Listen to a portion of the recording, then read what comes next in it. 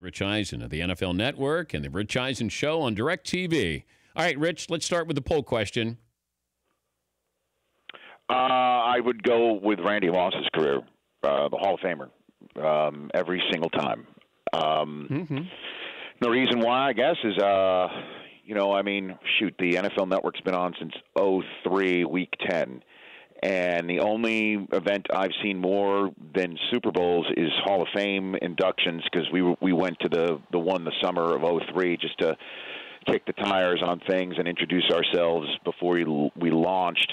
And so I've seen that, and I've been, honored, humbled, however you want to say it, to host jacket dinners, the dinner where they get the jacket slipped on, and one time when Berman introduced Ralph Wilson, I did the entire ceremony, the whole shooting match. There's nothing like that club. There is nothing that comes close to that club.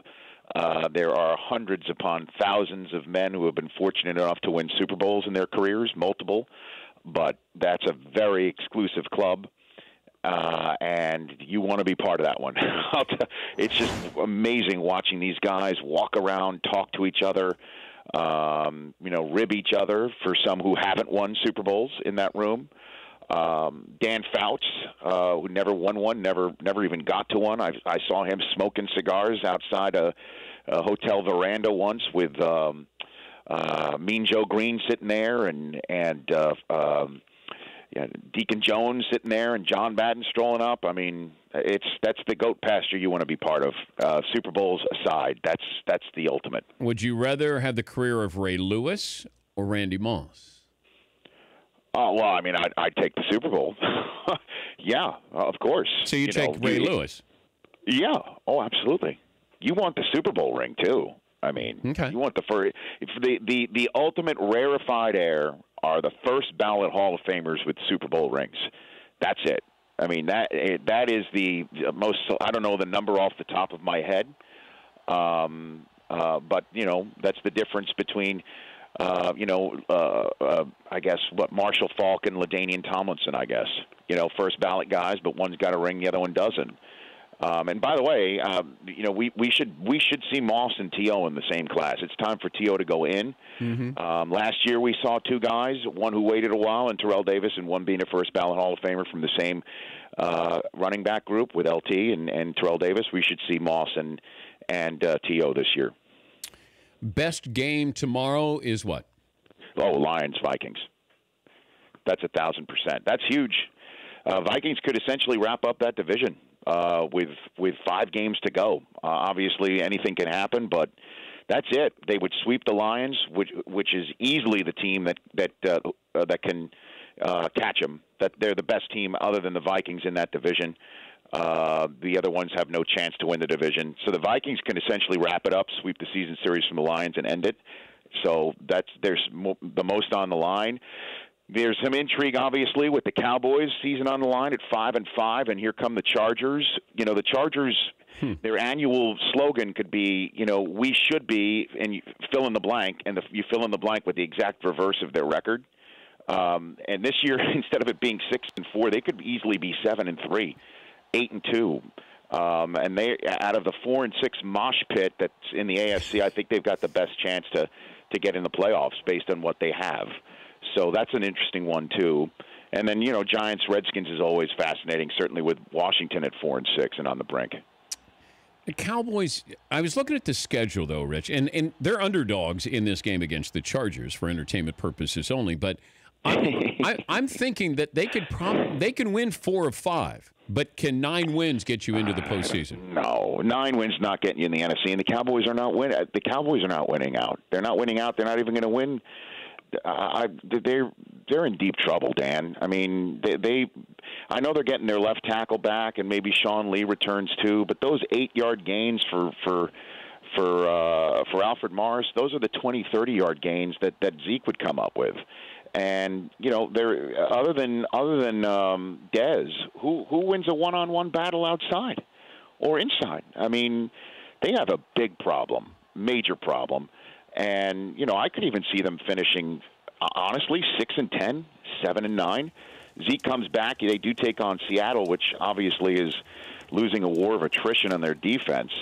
But, and that's going to Philadelphia, Week 17. I mean, even if Philly has nothing to play for, they're going to play for knocking the Cowboys out. That's for damn sure. If the Cowboys would go 6-10, Jason Garrett, job on the line? That's a good question. I don't know. It really depends on Jerry Jones's appetite for change. I mean, I do remember this was a Saturday night version of Thursday Night Football when we used to call it that. Years ago, this was 2009. The Saints were undefeated. If you remember, they were 13-0, and the Cowboys went into the Superdome, and Wade Phillips was the coach, and Jerry Jones came to our set. I think I told the story on the show just a few weeks ago, right? That night, he did not want to lose that game because he did not want to make a change in coach, and they won it, and he eventually had to make the change in the middle of the season the next year. I don't know. I don't think so. So my apologies to Shea out there listening. I think Ginger. I think the Ginger's going to stay because, look, Jerry could basically say it was all set up, and then, or he could even say it was a setup, however he chooses to view it with Zeke. But they won 3 in a row, looked terrific.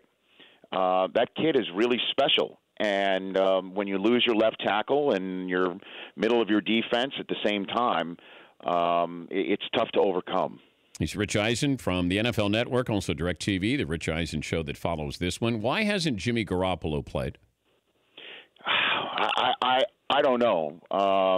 Other than the fact that they had that bye week sitting there at week 11, it's not as if they had to rush him out there to make a playoff run.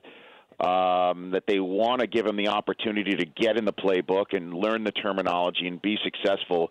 He should play this weekend. I mean, it would make no sense to me. Well, because you want to see what C.J. Beathard has. I mean, they should play in these last 6 games and start him right now. Certainly against the Seattle defense, again, that is without its best players on the back end. And Atlanta just ripped him up. And let's see what you have in him. I would be surprised if he doesn't play this weekend. I really would. It's time. You spent the money and the treasure, and it's time to put him out there. See what you have. It feels like it's organizational tanking. Well, for who? What do you think? Francisco. For Saquon? I mean, no. Who in particular are you targeting? Well, you don't have to. I mean, if you're going to do that, you already have your quarterback, so now you trade out of that. Yeah, I trade out of that. But I would take Saquon Barkley. Oh my gosh, him in that. I mean, in all honesty, when I see Saquon Barkley and I see him play, he looks just like Devontae Freeman to me. He really does. He's got the same style. He's got this, and he might even be more talented. And putting him in that offense, Kyle Shanahan getting him there. You're gushing. Jimmy G. Oh yeah, man. He's the real. You don't. Have you obviously you've seen him play this year? Oh my gosh. Where did he go though? What happened? He won the Heisman in September. He did. I mean, he ran into some really good Big Ten competition. I mean, what? I know. I mean, come on. You're going to have big-time competition next year in the NFL. No, I know that. But, I mean, at the running back position, it ain't easy. And, by the way, while we're on the subject, Baker Mayfield should win the Heisman. Yeah. And what happened this past week, I think, is something that he'll have to learn from. And he'll answer questions at the Combine about, if Kansas can trigger you, what about the Seattle Seahawks, Yeah. And so he's going to have to answer that, but I wouldn't discount him at all because of what we saw this weekend. Who's coming up on the show? Bob Saget stopping by. We're going to go. We're going to Turkey Bowl with Bob Saget, Marcus Mariota, Bruce Feldman, and Mayock. We're gonna talk some quarterbacks. What we just saw with Rosen and Darnold, and obviously Baker Mayfield, and he was on the Wentz wagon from day one.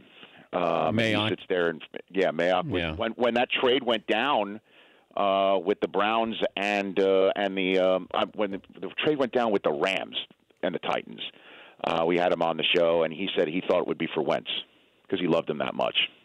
He thought he was so far and clear ahead of Goff. Does he think that still? Well, I guess stay tuned. There you go. It's called a tease, DP. There you go. It's called a tease. Hey, happy Thanksgiving to the family there, and same to you. What do you got going? What do you have on tap? I got to work tomorrow night. Oh gosh, that's right. I used to have to do that. Act like you didn't know that I had to work on Thanksgiving. No, well, Dan, I'll be home with a with a drink, sitting there with the family. Yep, rub it in. With the Snuggie all zipped up. I love it. And I'll be watching. Have a great cast, Dan. All right, buddy. See you tomorrow. Tomorrow night. That's Rich Eisen, NFL Network. For more Dan Patrick Show, tune to Audience Channel 239 on DIRECTV or download the Dan Patrick Show app.